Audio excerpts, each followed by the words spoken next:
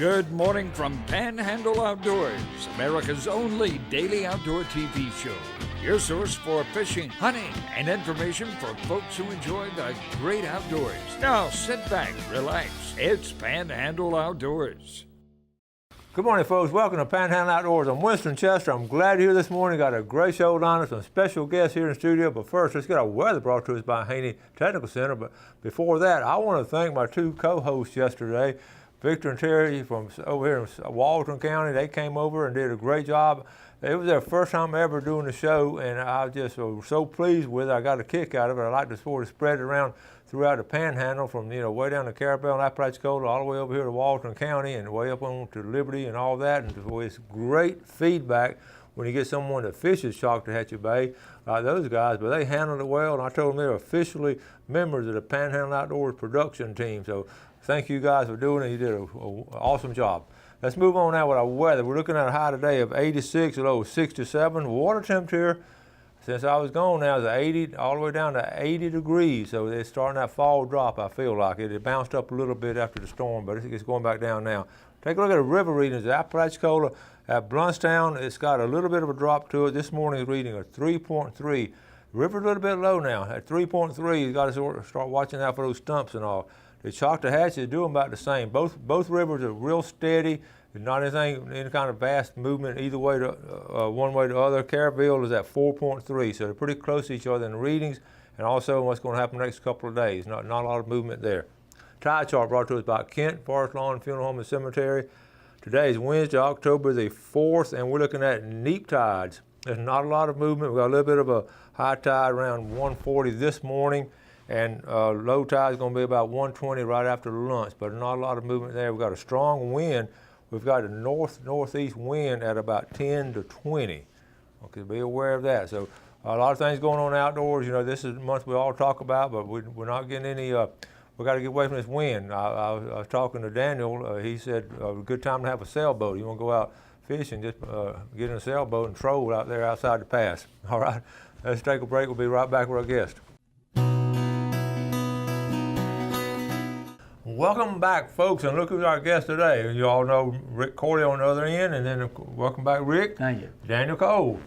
Daniel's been on the show before. Thank you. Yep. Apalachicola boy. Yep. But this is who's taking over the business and all. We're just glad to have them back on the show, and we're going to talk about what's going on. We're going to talk about these boats down around that's been in Hurricane Irma and what to look out for, all kinds of things we got to do today. But let's get started, Rick. Tell us what's going on. Well, it's time for me to retire, and I'm semi-retiring. I'm still going to do consulting on damage surveys.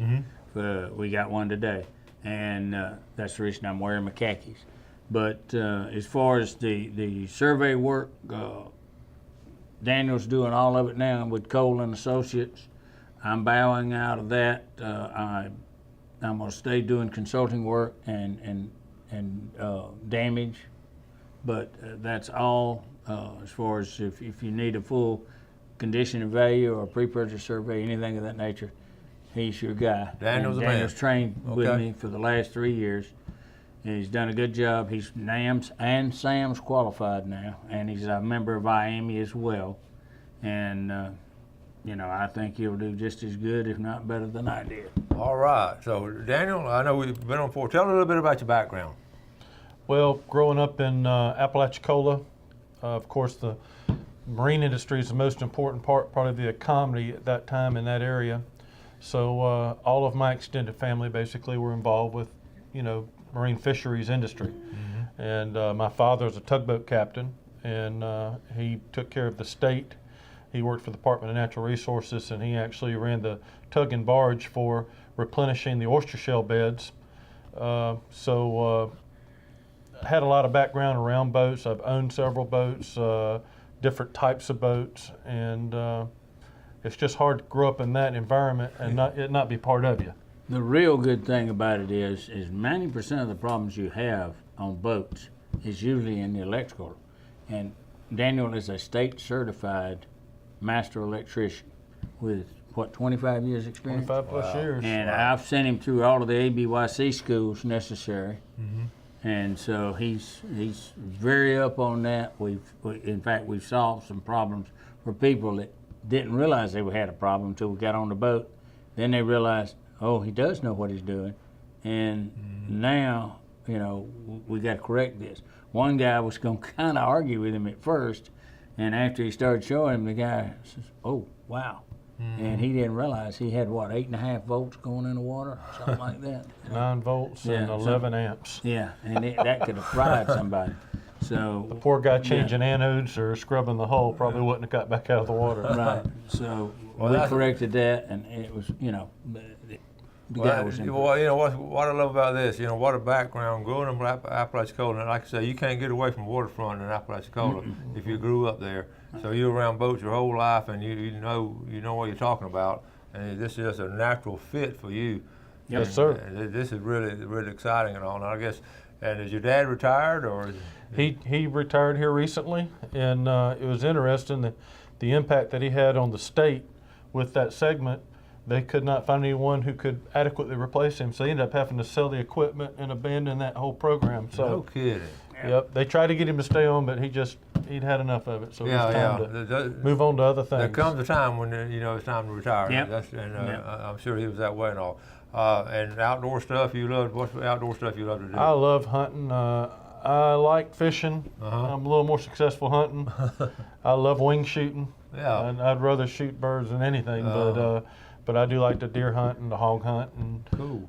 And I do fish when I can. I'm not a very successful guy like you, but I've drowned a few worms in my time. The key to it is just go when they're biting. It's simple. It's simple philosophy. Takes a jerk on both ends. Right? Yeah, that's right.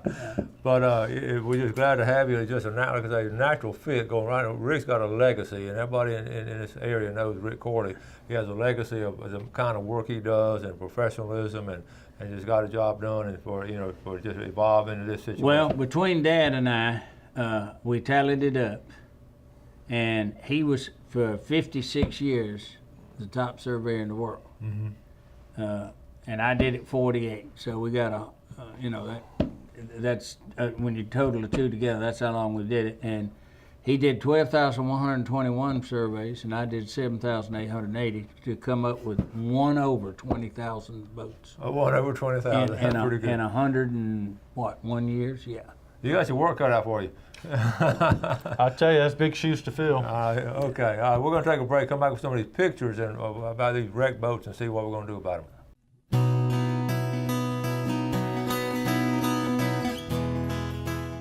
Okay, welcome back with Daniel Cole and Rick Corley. We're getting a lot of things going on today with boats and all. Before we get to boats, we're going to wish a late happy birthday to Mr. Tim Buchanan. Bill Buchanan sent it. Happy birthday to my dad, 94. Still got his game. And Daniel made a good point. The reason he's probably still at 94 is why? He's still outdoors doing it. That's exactly right. Exactly right. Okay, now, we're going to, let's talk about, we had a big storm and all, and we're getting all kind of boat damage, and we're going to show some pictures. But tell us, you've already been contacted about some people. What's going on there? Well, I've already been receiving emails from companies that are salvaging these wrecked boats from the storm damage there. And of course, they tell you can have a wonderful boat for a lot less than what it's actually worth or what the market price would be.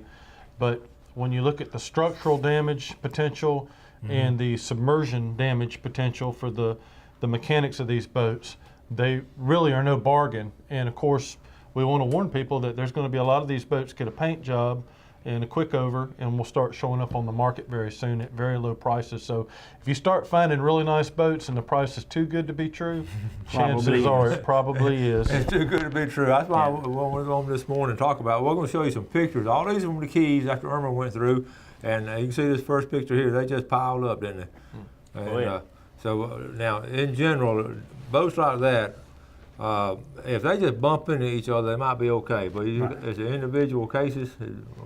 If the boat was hauled out and it just laid over, something like that, but you got nowhere knowing. And if it gets salt water on the inside in the wiring, you got to rewire that boat. Well, when they wire a boat to start with, you got the deck lid off. They're just laying the wiring in, and it's very simple and it's easy to do. The harness is laid in, hooked up, and then you put the deck lid on. But when you got to rewire that boat, different story. That deck lid's on it. People and don't think it's about that. very expensive. It's extremely probable that you can't get it all done. It's labor intensive too. Yes, it is. Very. Yeah. Yeah, Very much so. And these are just some of the damaged ones, and you can see the amount of damage. I guess it's fascinating how strong nature was. I look in the background; they got all the windows boarded up, but the boats now. What's the chance of the structure being damaged in something like that? Very good. Very good. That boat's probably a total loss. total loss. Yeah. Okay. Yeah. And now look, this is what's amazing now, how they just piled up and all on that. Yep. Okay. Now, it's a submersible one you mentioned. Now, what do you think about something like that? That's junk. That's 100%. It's all Jump. gone. No, so no need. A lot of times, boat that size will actually have a balsa wood core in between the fiberglass. Ooh. Once it becomes wet, it turns to mush, and there's no structural strength to that vessel anymore. So that would have to be another total loss. You know, we used to see a lot of that years ago. That like mushy wood and all in between. They sort of gotten away from it for a while, hadn't they, on the smaller boats? Well, but the Encore balsa is cheap and it's very strong as long as it's dry. Yeah. And so they want these boats lighter to go fast, so they build them that way. But if you ever get water in them, Okay. a tiara from the chine up is Encore balsa between two layers of fiberglass, and an inner and an outer hull and that liner. And if it gets wet, you've got no stencil strength whatsoever. Yeah, that makes sense. I was thinking, the reason I want to show this picture, these rails, a lot of times the little rails around the boat, they'll break off and all. Yep. Now, if that's the only damage, that's repairable, right? Yes. If that's the only, I mean, you're okay with that? Yep. Absolutely, but you still need to know what's going on inside that hull, because the rails typically inset from the outer hull. So if you break that rail off, chances are It's strong force in it. you've got some damage to the structure underneath it as well. You just need to have it checked. And for a little apologetic self-promotion, that's why anytime you look to buy a boat, a marine survey is so important, because a surveyor, for a minimal amount, will possibly save you from making a several $1,000 mistake. Save you thousands, and that's the key, because we're going to be flooded now. Excuse me, we're going to be flooded with these kind of boats. That's why I want to bring this up this morning. That boat right there. Done. Done. Oh, the insurance companies, I guess they're pretty good about covering all these total losses. Yeah, I mean, if they got insurance on them, they'll write the guy the check for it. But the thing about it is, then they're stuck with that, and they got to get rid of it. Now, the real good companies will cut them up, but some of them, to recoup their losses, will try to put them on the market. No kidding. To a third party. You know, I had Mandy Miller Warren on the show, and I went out to the Miller Boatyard when they were taking all the boats out. Right. And she brought up a good point. The insurance companies, in a lot of cases, won't cover unless you try to get it out of the water. Well, I'm thinking down here in the Keys, there weren't a lot of ways to get them out of the water, so it had to be a different insurance, wouldn't it? Yeah. So and especially these people are probably up in Atlanta, New York City, and they couldn't. Yeah, well, they flood the market there too with surveyors from out of town. Is that right? They'll bring them in, and they'll probably have several hundred surveyors, maybe 1,000, working all these down there. And of course, they come in for usually 4 to 6 weeks. Okay. Get as many as they can, and then the local surveyors kind of wrap up after that. Okay. But that's. And they have to have the help. They just can't. Oh yeah, you couldn't do it. This is a unique picture here. I mean, this is high and dry, but they got knocked down. What do you think on the situation here? Well, it had to fall from somewhere, and you drop a boat from that far up. I guarantee you, there's some busted stringers, busted tabbing inside. No, I wouldn't touch it. Any kind of salvage of any of those? Some could be. It just depends. If it didn't fall very far, it may just be surface damage. You know. And like even a boat that's sunk, when you think about how expensive the aluminum work is for a tower or something, stuff like that, if it's not damaged, even if the boat's totaled, those kind of things can come available. And it's kind of hard to hurt that if it's in good shape. So you could salvage stuff like that. But typically that much weather, the electronics are going to be bad. And that type of fall, like the captain said, is just going to be too much. I did this one. This is sort of partially submerged. I mean, just rolled over a little bit. Same difference. The engines are underwater. That port engine's underwater in that boat. That port I'll engine. get it, yeah. All right. And that's gone. Gone. I mean, the whole stern. And that was a force that was hitting it. That one obviously broke loose. Right. And got washed up. So that was a boat. That's a big, beautiful boat. Yep. But we're talking earlier about a force of nature. Right. You know, how it Absolutely. does that. Well, most 90% of your damage that happens in a hurricane is storm surge, and it's within 2 blocks of the water. Within 2 blocks. And this is the last picture, but I wanted, this is the outside of that storage area, and what happened, those panels just got blown off. Yep, and when it does, it opens up, Yeah. and then there's no structural strength there to hold up, and once you get one started, it's a domino effect. But one observation I would make is that those boats that are still in the rack, had they not been in that rack, most likely they'd have been piled up with the others in the water. So that having them stored like that is a good protection. Exactly, and this is, this is right in the middle of the eye wall and everything. So I mean, look, they saved over 50% of those boats. That's right. On the top 2 racks. So I thought the same thing looking Well, on the it's like you mentioned Miller. Yeah. A lot of times people will have a hurricane plan where they haul out ahead of time. Well, the beauty of hauling out is if you get wind, the worst thing happened, the boat may lean over. Well, that's repairable, and it's not going to get flooded sitting up high like that. And even though there's water up there, it's not that deep to flood the boat. So you save the electrical, which is the expensive part of doing the repairs. And it's less. If the boat's in the water, people say, well, I'm going to tie my boat up, it'll ride it out. Yes, provided somebody else that doesn't know what he's doing ties his boat up right upwind, breaks loose, comes down, tears your boat up, both of them sink. Now you've lost 2 boats. Good point. Where if it's in the yard, it's got a better chance of survival. Yeah. And that's the reason Boat US, for example, will pay part of the haul out fee for their insured to have a hurricane plan and haul the boat out ahead of time, because the odds of having severe damage is less. They save money by doing that. Okay, let's take a final break and we'll be right back. All right, welcome back, folks. Here with Daniel Cole and Rick Corley, and we're talking about boats today, and there's 2 experts right here. First, let's look at our fishing game times before we get back with them. Brought to us by Blue Water Outriggers down at Port St. Joe. On your screen there from 11:45 to 1:45, right in the middle of the day. I love going to that time. Then 12:10 to 2:10 at midnight. And then floundering has been really good. I've got some good reports, but this wind the last night or 2 hadn't been good. But over the weekend, there was some nice flounder picks sent to us. I left out 2 quick pictures. I put this in because I just thought that boat right there scored a touchdown. So I don't know how it ended up on that field, but but in the last one, Daniel, what do you think about that? That just really shows you the power of what Mother Nature will do. It's hard to see the visual size of some of those boats, but I'm looking and seeing 60 and 70 foot boats in the middle of that have been packed together. So wow, a lot of tonnage there of boat. And let us all learn from that how important it is to get your boat out and all, and try to protect it. Now, Daniel, let's go over again. Tell us your qualifications. You didn't just walk in here this morning and say, hey, I want to start looking at boats and all. Okay. No, Rick found them down the street. All right, go ahead. Well, like Rick had mentioned earlier, 25 years state certified electrical master, and on top of that, ABYC certified in both marine systems and marine standards, which means pretty much boats inside and out. I've been certified that I know what's going on with that. I probably have over 400 surveys behind me now, some with Rick, some on my own. And we do other things as well as boats. We also offer container certifications. Me and Rick work together with that for these big Connex containers that are being shipped overseas.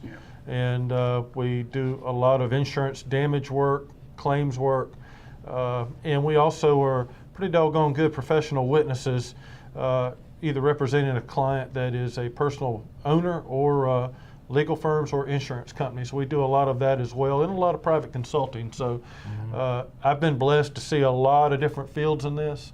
I wasn't trained by a one-trick pony, and by no means am I going to start in that process. We have a wide footprint, and we're proud of that, and we do our best to keep that there. Well, we're just proud to have you take over where Rick's leaving off, and what a legacy to fulfill, and what a background you have in it already. And this is good. So give them a call. We got the number there on the screen, and any kind of boat questions. We talk once a month when Rick comes on. Rick will be coming on some more, and Dan will be coming on. These are our boat experts. So any kind of boat questions, we're gonna get the right answers from some experts. If they will email you, and you let me know. ahead of time, I can look up the answer because I don't know everything. And we have, And none of us do. over in the past, we've got some really good boat questions all about, cracks going to be repaired and, Right. How strong is that stern or this and that. And I guess you see it all. Yeah, we do. We do. Good, the bad, About and the the time ugly. I think I've seen it all, somebody comes up and says, "Hold my beer and watch this." And I said, "Whoa, I didn't know you could do that." All right, we'll get about a minute left, but we want to make sure that our viewing audience and everyone be aware of these good deals you're going to hear pretty soon. Yeah, Absolutely. Be careful. There are going to be some really nice prices out there. And like I said, they're just painted over and get the scratches. Buyer beware. Yeah, No. you don't know how well they do the repair. That's the thing. Yeah. And there's some people. We have one here that if he did it, I'd probably clear it real quick. Yeah. And that's Steve Mackey. In most of the cases, Yes. Steve's really good at it. But there's some people that are just. We've surveyed one boat here recently. You remember the one I'm talking about? 3 times we've surveyed it, 3 times. and he keeps coming back. And we know it's the boat, and he hasn't done anything We've turned to it down all 3 times. Turned it and down all 3 times, and he keeps bringing it back with He different thinks y'all customers. will forget about it. What is wrong with this? Well, that's another thing too. They have these standards that you're going to adhere to. Oh, yeah. And that's what keeps it. That's why we have boat surveyors and all. Quickly, they need to be aware of they need to look at electrical parts first. Oh, yes. And remember too that a lot of people think, well, the surveyor is going to cause me a lot of extra expense, but the reality is we're looking for stuff to keep you and your family safe. That's right. If we request it, it's at your benefit. We'll never ask for something unreasonable or something that's not lawfully required. I'm convinced of the good these guys do because, like I say, you get out 32 miles and all of a sudden, we were out there a couple of days ago, a couple weeks ago, we saw the video, we had an engine breakdown. Yeah. I'm with 2 good guys, a good boat, but luckily we had twin engines, and all of us outdoorsmen, and we were 32 miles south of the Cape, and to come in on one engine. So And you're not at the top of the food chain out there. I know. All right, thank you guys. Thank you very much. All We'll right, see you Rick, again. Good day, buddy. Thank you. Thank y'all for watching Panhandle Outdoors. We appreciate the viewership. Do something good today for your fellow man, and God bless. Thanks for watching America's only daily outdoor TV show, Panhandle Outdoors with Winston Chester, featuring hunting, fishing, and other activities and information to help you enjoy the great outdoors. Join us next time for Panhandle Outdoors.